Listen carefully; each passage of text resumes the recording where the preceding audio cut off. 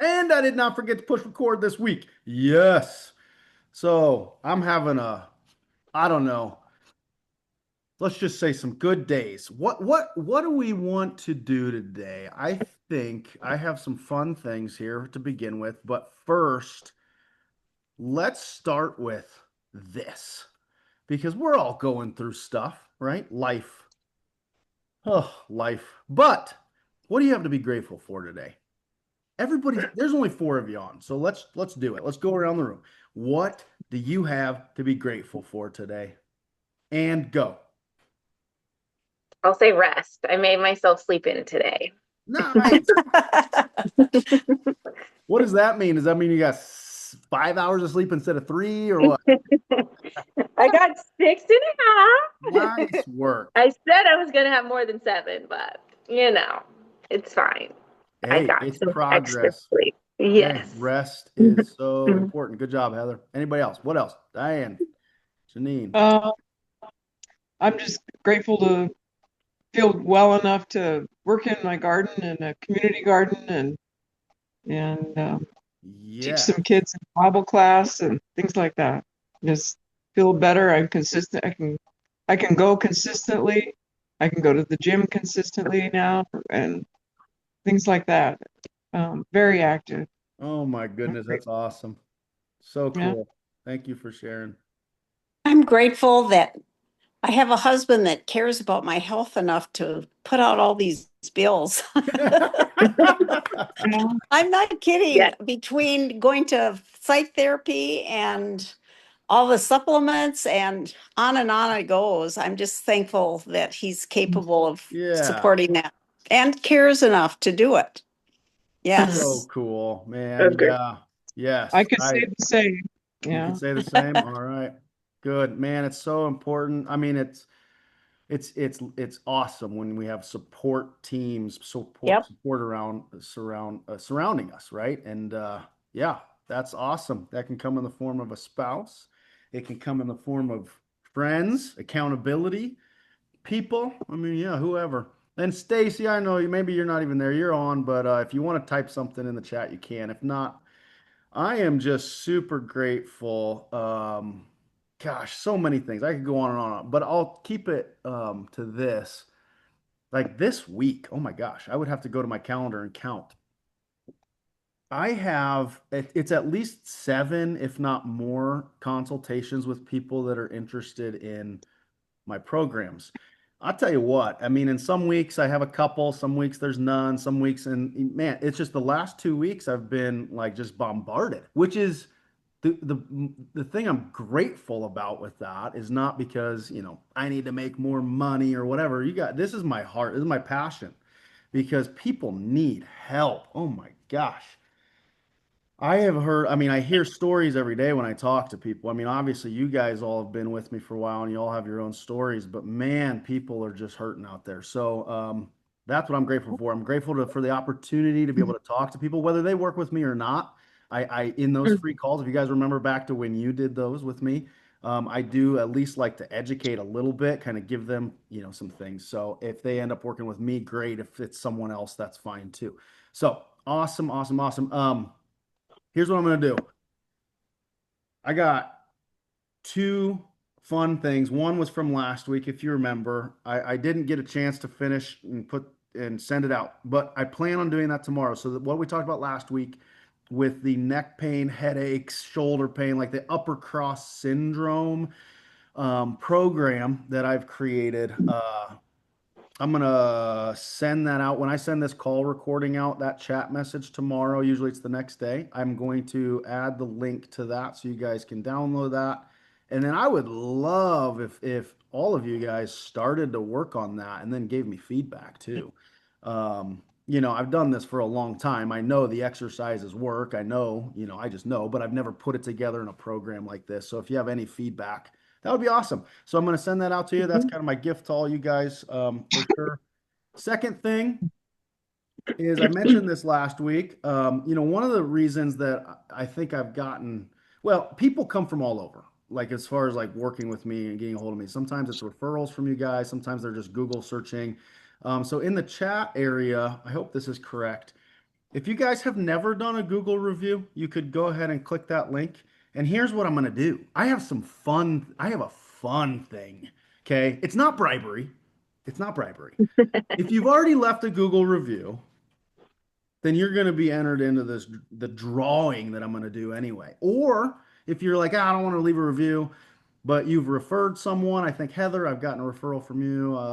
If you've referred someone to me, make sure you send me a message, say, hey, yeah, remember I referred. Or if you have someone that's interested that you've been talking to, get them to just set up a free consult with me, and I'll put you in this drawing. So what I'm going to do, this last Saturday, I was in a fun, let's call it quote unquote fun little CrossFit competition. I saw Michelle. Michelle's not on today, but it was up at a gym here in Lincoln, and it was fun. My partner and I, he's a beast. So we won the men's division, and so part of that, I got. There's a really great massage therapist in Lincoln that I've known for years. Her name's Stephanie Geist, and one of the prizes we got was a 60-minute massage with her, and I want to gift one of you guys with that. So massage therapy is great. Stephanie does great work. So if you're in Lincoln, right? If you don't live in Lincoln, obviously that probably wouldn't work for you unless you visit. Um, you leave a Google review, refer, or if you have referred, and I'm gonna do a drawing on Sunday. I'm gonna cut the Sunday at midnight, so I'll probably do the drawing on Monday and let you guys know next Wednesday who wins that awesome 60-minute massage. Okay, sound like a cool deal? Yes. I mean, if you don't like massages, I don't know You're what to crazy. tell you. I mean, that's fine. You could gift it to someone else, right? If you win it. So, all right. I think that's all as far as announcements I had. So, cool, cool. Share my screen and we will get rolling here with today's topic. Um, Let me give me a thumbs up if you can see my screen.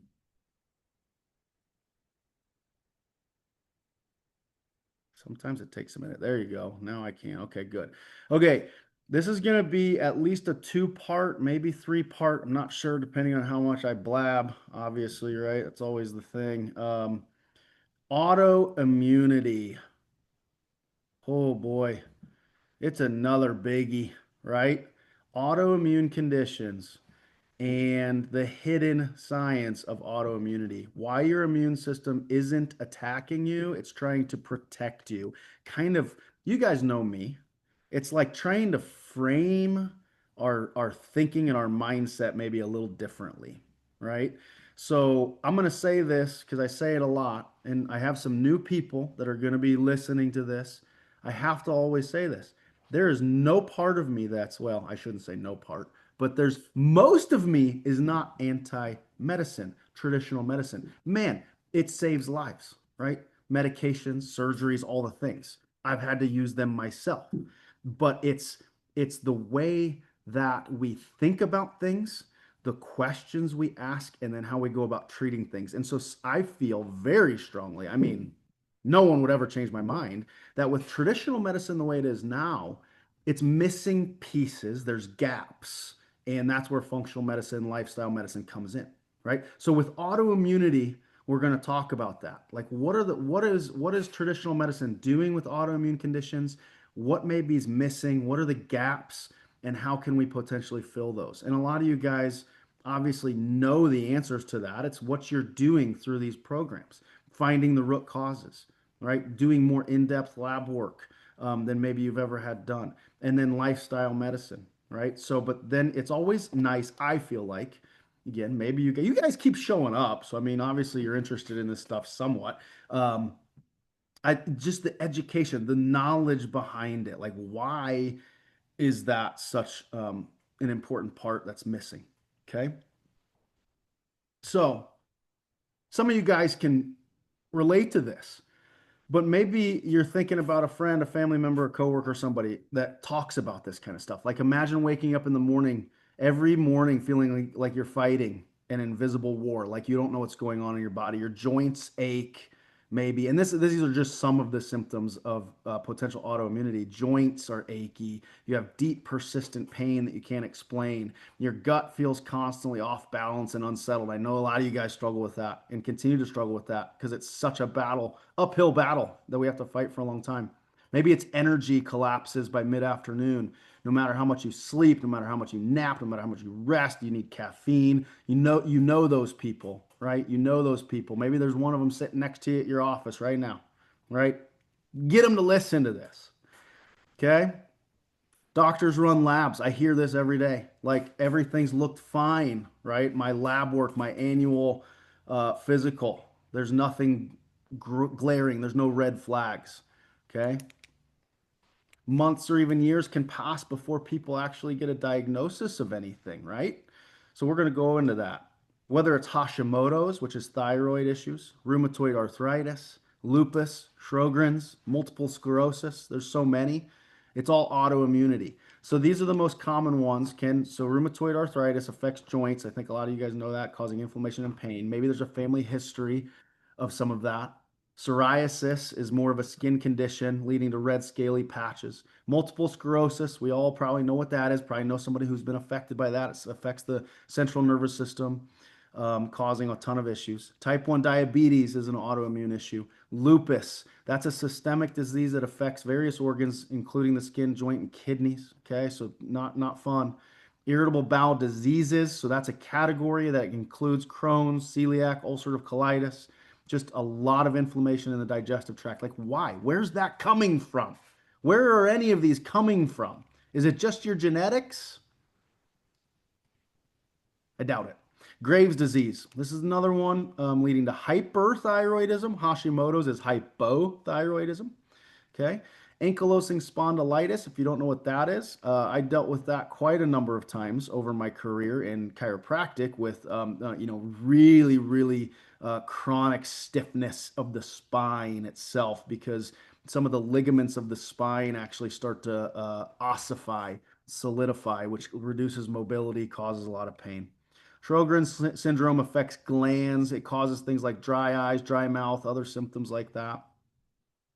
And so the question is, what's causing all of this autoimmunity? Actually, it's unknown. If you look into this, it's like, okay, the medical perspective, like what causes it? What's the cause? They have no idea. They, quote unquote, we don't know. Okay. But they do have a whole list of things they think that trigger. Okay. So the triggering events oftentimes in autoimmunity. Genetics, okay, can play a role. Gender, okay, women more commonly are affected by autoimmune diseases than men. Okay, maybe that's potentially the hypothesis is because of hormone differences, factors like estrogen in perimenopause, menopause, and postmenopause. So estrogen, and this is one of the reasons why, again, I've talked to a number of you guys about this just lately. We've worked on a lot of things, and sometimes hormone replacement therapy in the right way can be really life changing. Okay. So there's so much more science coming out on that every single day. Okay. Infections. So if you've ever heard of Epstein-Barr virus, different bacteria, different viruses can trigger an autoimmune response in susceptible individuals. Sometimes that plays back to genetic susceptibility, but I honestly feel like a lot of it's just lifestyle susceptibility. Okay. Our immune systems can't handle what's coming at us for a lot of reasons. And I think a lot of you guys know that are on the call, those of you listening, if you're new, 80% of your 70 to 80% of your immune system lives in your gut. Okay, so if you have gut issues symptomatically, or a lot of gut issues are asymptomatic, right? We don't even know we have them, we have issues that can really affect our immune system. And then something like a virus or a bacteria can trigger something really bad. Okay, smoking, of course, linked to rheumatoid arthritis, secondhand smoke, things like that. Medication, so certain drugs, including, now this is scary. This is the scary part to me. Certain drug, and this is like, I think I got this list literally off of the Cleveland Clinic. Like, this isn't just some random list that I came up with. I always look into this stuff. Certain drugs, such as blood pressure meds and statins, the two most common prescribed drugs in our country, have been linked to triggering autoimmune conditions. Okay, so I will always say, Maybe you need a blood pressure med, maybe you need a statin, but the thing is, it needs to be short term. If you're not with a doctor who's like trying to educate you and saying, other than, yeah, change your diet, get some exercise, like that's typical, right? They might give you that advice, but there's no coaching, there's no guidance. There's like, well, what does that mean, right? So this is where the gap is in traditional medicine, generally speaking. Because again, there are always great MDs out there, primary care physician specialists that do take the time to do that stuff. It's just rare. It's rare. They don't have time. Maybe it's not their education, etc. Okay, toxins and chemicals. We've gone over this at nauseum. Okay, so in exposure to certain environmental toxins, all of the chemicals on our food and our water, blah, blah, blah, in the air we breathe, all of it can increase risk and trigger an autoimmune event. And a lot of times, guys, this isn't like one day, okay, you're exposed to a chemical and then boom, got autoimmunity. This is an accumulation, right? So we talk about that a lot. It's an accumulation over a lot of years, probably since the day you were born, and without proper lifestyle, medicine, knowing what to do to help treat the body, how it's designed to be treated, can lead to an accumulation and then autoimmune conditions. And last but not least, chronic stress. You guys all, oh my gosh, well, you've heard me say chronic stress. Stress is underlying so many things. So chronic stress. While the exact link is still being researched, chronic stress may weaken the immune system and contribute to the onset of flare-up of autoimmune conditions. Now, that's, sometimes when they write these things and when they do studies, they have to use language like may. Like chronic stress may weaken the immune system. Well, I mean, we know it does. That's just a fact. Chronic stress, because of cortisol and adrenaline and those hormones, they shut down your digestive system. They shut down, that's your sympathetic fight or flight response is on all the time. If you guys remember hearing me say, you can't be in chronic stress and growth, repair, healing, rest, digest. You can't have those at the same time. It's either one or the other, or a balance, and it's a balancing act of the two. So if that's intriguing to you and you're new to the programs, obviously there's a folder, I think, just all the stress talks I've done. Stress affects us all. Go back and watch those for more details, because I think it's one of the more critical things that a lot of people know. I know all of you guys know, but are you actually implementing the strategies needed to help mitigate, manage, and overcome your stress? Okay, that's the question. But here's the deal. That's the list from like the Cleveland Clinic, but I'm going to throw in another one because I believe it. And I think there's a lot of science and evidence that would agree. Trauma and abuse. Okay, now that can look like a lot of different things. It could be, it could be, a car accident. Whoops. It could be, PTSD for something else. It could be a relationship. It could be physical abuse. It could be mental abuse, emotional abuse, psychological abuse, sexual abuse, all of it, right? Just being in a toxic relationship, do whatever, fill in the blank, trauma and abuse of all forms. Okay, because why is that? Why is that a potential link to autoimmunity? Because these types of events, whether one-time traumas or chronic, okay, chronic abuse, causes physiological changes in the body, neurological changes in the body, and one of those being the autonomic stress response. So of your nervous system, that hardwiring in you that you could be trapped in. And again, it could be a one-time thing that just rewires something in you. And obviously, if it's more chronic for years, decades, even a lifetime, it can rewire your nervous system. Okay, and that's what some would say are called trapped emotions or trapped abuse patterns. Okay, there's whole branches of psychology and therapy that are dealing with this kind of stuff. So I throw that in there because, again, all of us probably have some sort of trauma and abuse. A lot of people's stories are a lot more horrific than others. But if you've done the work and you've gotten help with that, processing through, and you feel really good about it, great, awesome, good work. But a lot of us have not. A lot of us have not. Or maybe we did it one time and we didn't feel like it helped or worked or we didn't get anywhere. I would encourage you to seek someone out again. Because again, it's just like medicine, it's just like specialists, it's just like surgeons, it's just like functional medicine providers. All do different things, think different ways, have different techniques and strategies. And maybe that one person or two people that you saw didn't quite fit what you needed at that time. So don't give up on that. Okay. So this is just an example. I read this the other day and I'm like, oh man, yeah, narcissistic abuse and trauma survivors are often diagnosed with chronic pain and autoimmune disorders because long-term exposure to cortisol and adrenaline, your fight or flight chemicals, right, causes inflammation in our bodies. Inflammation causes pain, or worse, it causes our immune system to attack itself because it thinks the inflammation is caused by a disease it needs to eradicate. That's pretty powerful, right? But that's exactly what happens. Now, this little thing that I read was about narcissistic abuse and trauma, but you could fill in the blank with anything else. It doesn't have to be a narcissistic abuse, right? It could be just a toxic environment. It could be a trauma, an injury. All of those things fit, like I said a couple times now. Okay. So typically a patient's journey. So a lot of you guys, myself, it's kind of relief and heartbreak all at the same time, right? Like you've struggled for years. I've had so many of you guys. Sorry, excuse me, Ember.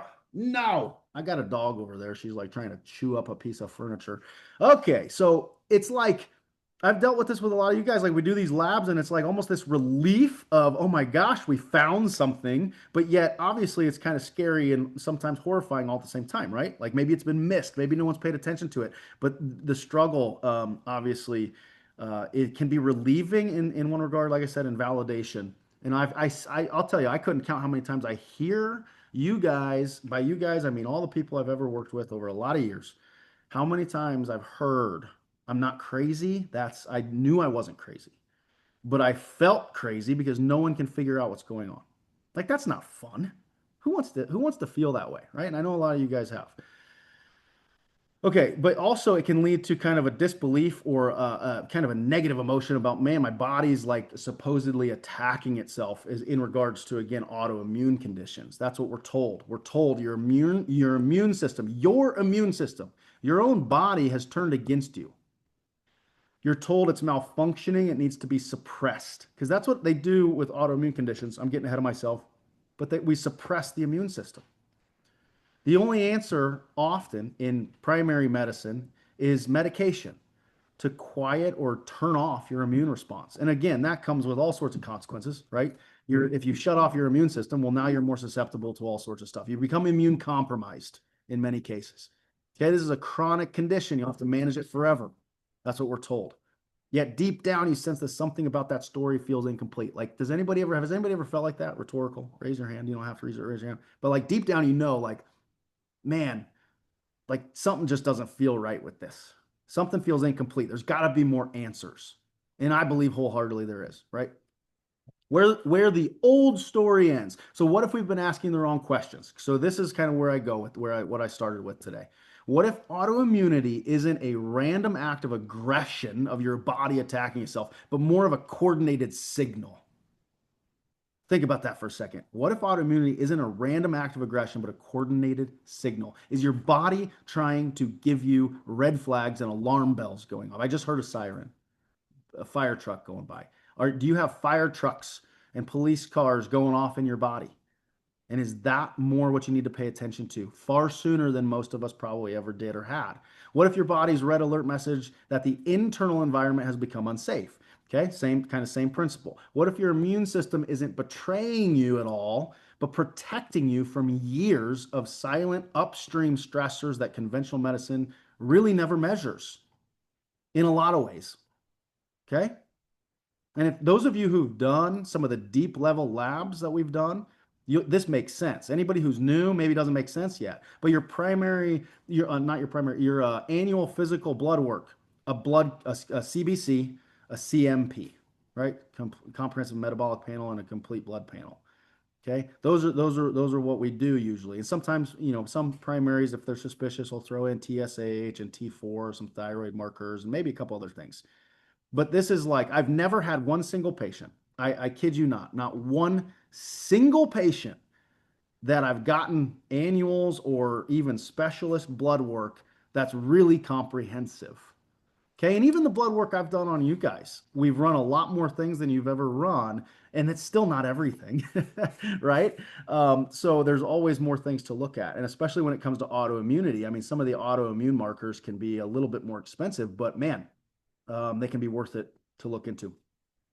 So this question marks the divide between conventional care and functional approaches, between managing symptoms and restoring true health. So that's kind of like reframing our mindset and how we're thinking about this kind of stuff. So what traditional medicine typically, generally speaking, tells us, the conventional autoimmunity narrative is this. So the standard medical story: your immune system is malfunctioning, it's attacking your own body. Okay, that's what autoimmunity is, according to what's been told for years and years and years. This is an autoimmune disease where your body has become its own enemy. That's another line you'll hear. We need to suppress your immune system to stop the attack. Okay, and then the traditional treatment approaches are corticosteroids to broadly suppress inflammation and the immune response, immunomodulators that alter immune system function, okay, biologic drugs that target specific inflammatory pathways. You guys kind of get the point. Symptom management is kind of the ultimate goal rather than root cause investigation. It's almost never happening with anyone that I've ever worked with for over 15 years. If they start having symptoms of a autoimmune condition, that they're really diving in to try the deepest roots. Now, I say that, and that might shock some of you, like, well, that's not true. But here's the deal. What I mean is, in the medical sense, they might do every scan, a lot of specialized blood work, the whole 9 yards. And so in that way, they're trying what they know to get to root causes. But what do you guys know that a lot of medical doctors don't even know, and specialists? Are any of them looking at gut function? Are any of them looking at if their patients have leaky gut syndrome? Are any of them looking at the stress responses in people? The answer to those questions are no. Again, generally speaking, I'm sure there's a doctor out there somewhere who's doing that, but it's not common practice. Like, those are the deep-rooted investigations that should be happening, my opinion. Okay, lifelong medication dependency is kind of assumed and expected. Now, what's cool about this, and another thing I'm grateful for every single day, is the patients that have been on autoimmune medications for years, and they're able to stop them after we start healing inside out. It's amazing. I mean, what better?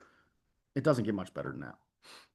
Okay, the conventional medicine model's philosophy. So it's kind of what we call the downstream approach. So we're going to compare kind of a downstream kind of way of thinking to an upstream way of thinking, which is more kind of a functional medicine, lifestyle medicine approach. So the core assumptions of traditional care is, number one, the immune system is the problem, which is, I don't think, hardly ever the case. Traditional medicine views the immune response itself as a rogue army. Okay, so it's gone rogue. It must be subdued and controlled. Okay, that's kind of the layman's way to put it. Number two, treatment begins usually after damage has already occurred.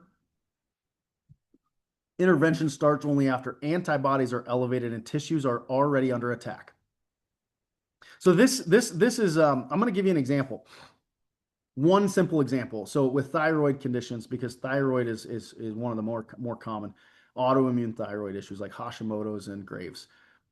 I could not tell you guys how many dozens and dozens and dozens of times we've done a comprehensive thyroid panel on you guys, and I know some of you guys are gonna you're gonna know this is you, that the markers they're not optimal, but you've been told TSH, oh yeah, it looks good. T4 looks good.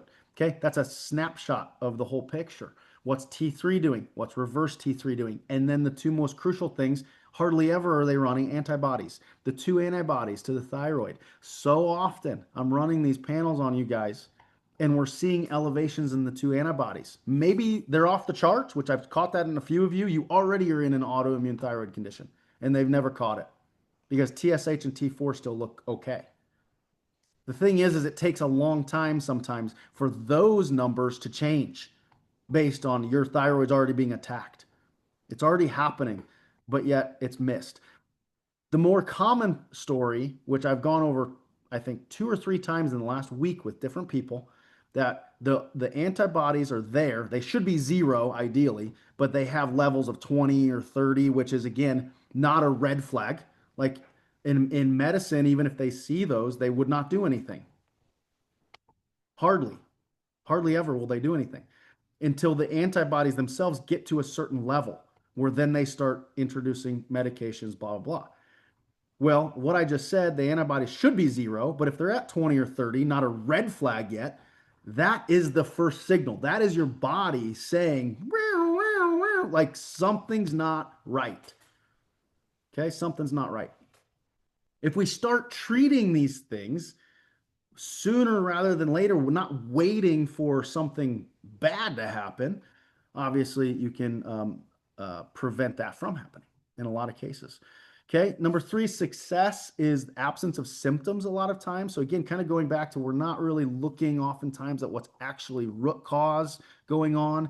And that's kind of goes back to, okay, you may be asymptomatic. That's amazing because you're living more functionally.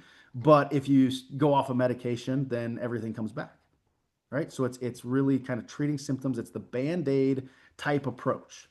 Okay. In again, not all cases, guys. These are a lot of some generalizations, but in general, that's what's happening. Success is measured by reducing inflammation markers, not by restoring actual balance. Number 4, focus on disease management, kind of the same thing, to manage the autoimmunity, not to decode why it developed in the first place. Okay. So I've also discussed this, so I just gave the example of blood work with thyroid, but I've discussed this with past things and procedures even as well. So like a colonoscopy, mammograms, prostate exams. Are these good things? Yeah, I'm not going to tell you not to do these things. I send people to have these things done. Okay? But my point is a colonoscopy is a camera that's going to look at the end stages of things, something that's already been going on for a long time. Okay, so it's looking for the diseased process that's already been there.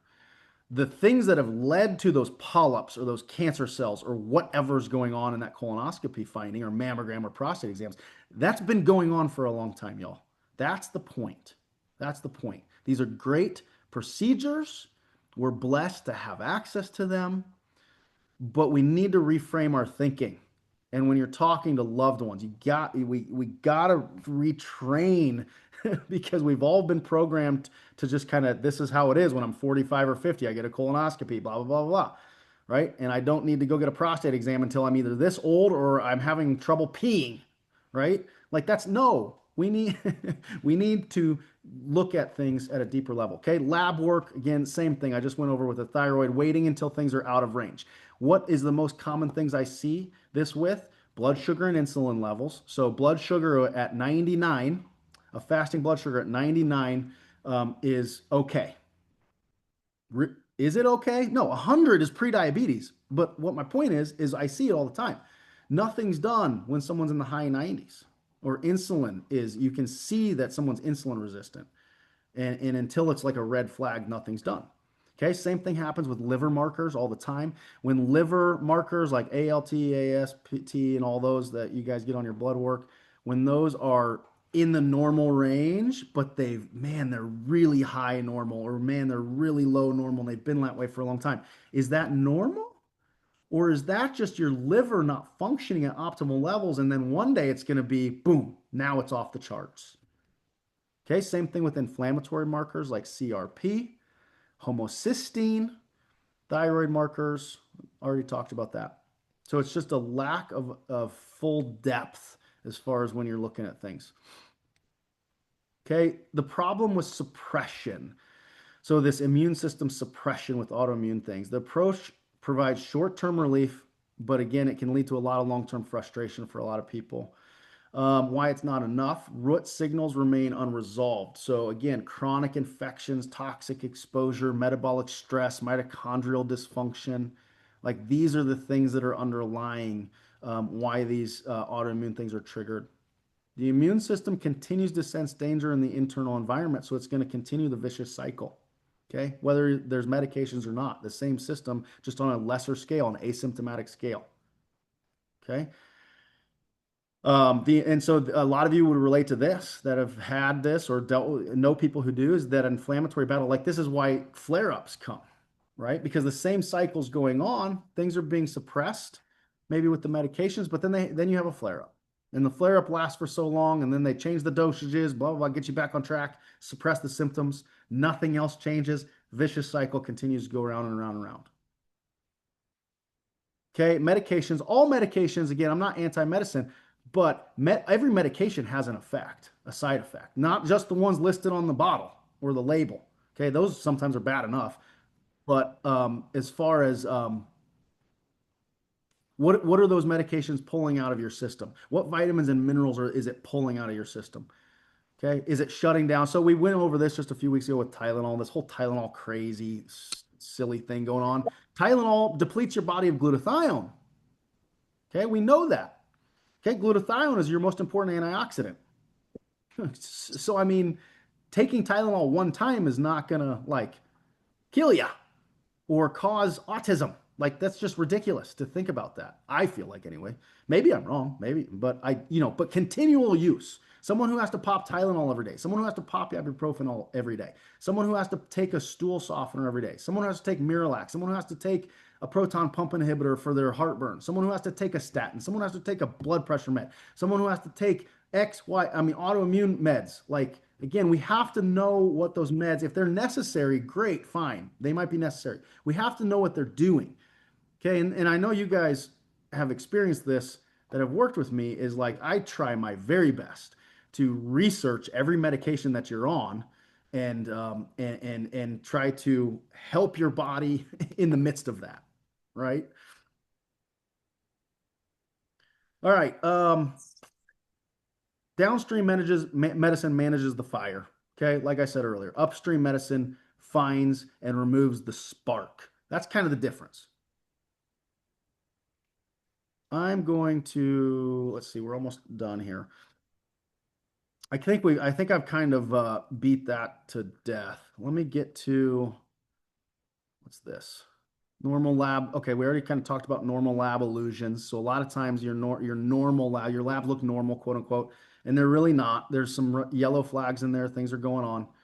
Okay. The time deficit, I put this in here because it is true. And again, I don't even think a lot of times it's the doctor's fault. But man, how many of you guys have been in an office and you're there for 5 minutes, 10 minutes, 15 minutes? I mean, and you're just like, man, how in the world do they really know what's going on with me or what to do in 7 minutes? Like, I never will understand that. And again, there's a lot smarter people than me, but I spend hours and hours like researching and like figuring out plans for you guys. And I've been doing this for a long time. Um, so again, just kind of something to think about. Sometimes you have to advocate for yourself.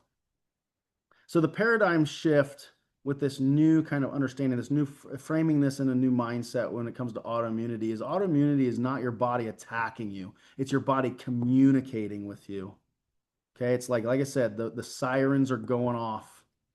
Okay, the reframe. What if autoimmunity is actually a coordinated signal, not aggression? It's not like something we have to suppress, but it's communication. It's something we need to pay attention to. And we need to figure out, okay, oh my gosh. I don't know why this just popped in my brain. If you've ever been married or in a relationship with a partner, like communication can be difficult, right?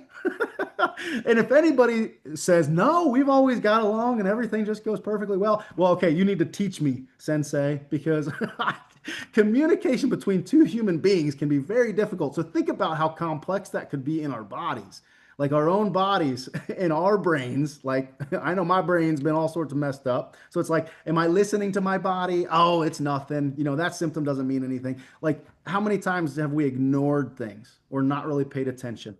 Right. So anyway, communication can be complicated.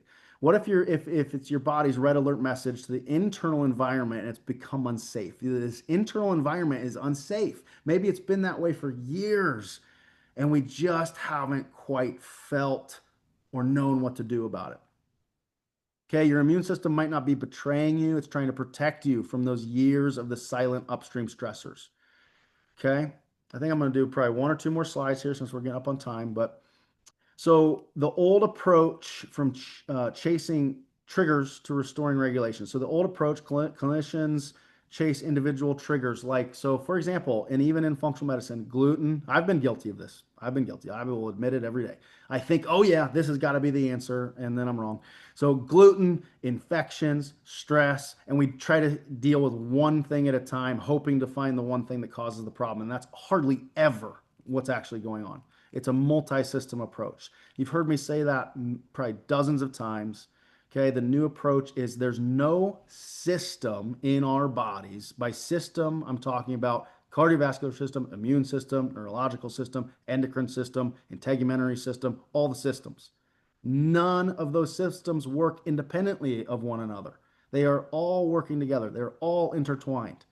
Okay, gastrointestinal system. How did I leave that one out? I'm like the poop guy. Jeez Louise, I didn't even say gastrointestinal system. That's a big one. Okay, so we need to recalibrate rather than suppress. And again, I'm going to say it over and over and over. Don't go stop your medication if you're on a medication, or tell someone to stop their medication. That would probably be like not a smart thing to do.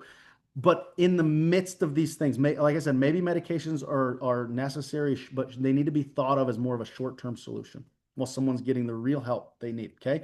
So the evolution means the focus shifts from managing inflammation in these autoimmune conditions to rebuilding balance and tolerance. You need to build your body to be more tolerant, more resilient, not more susceptible. We need to get away from being so susceptible and more resilient. Okay. And that's where I'll stop. So I didn't quite get through. So part one. So part one has a few more things in it. And then again, this might be a 2 or 3 week thing. I'm not 100% sure. I think autoimmunity is a huge topic, as most of them that I present to you guys are. A lot of you guys have been diagnosed with autoimmune conditions, or maybe we're suspecting there could be some autoimmunity. You know people who have autoimmune conditions. I would doubt anybody here. There's not anybody here that doesn't know somebody with something like this. So, any questions or comments before we take off for the day?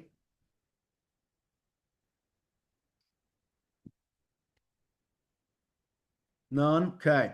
So reminder, in the chat area, I put the link for a Google thing. I'll put it in the link tomorrow when I send out the talk. So if you guys have a Google or a referral, or you've referred in the past, I'm going to do a drawing for a 60-minute massage from Stephanie Geist here in Lincoln. So that's awesome.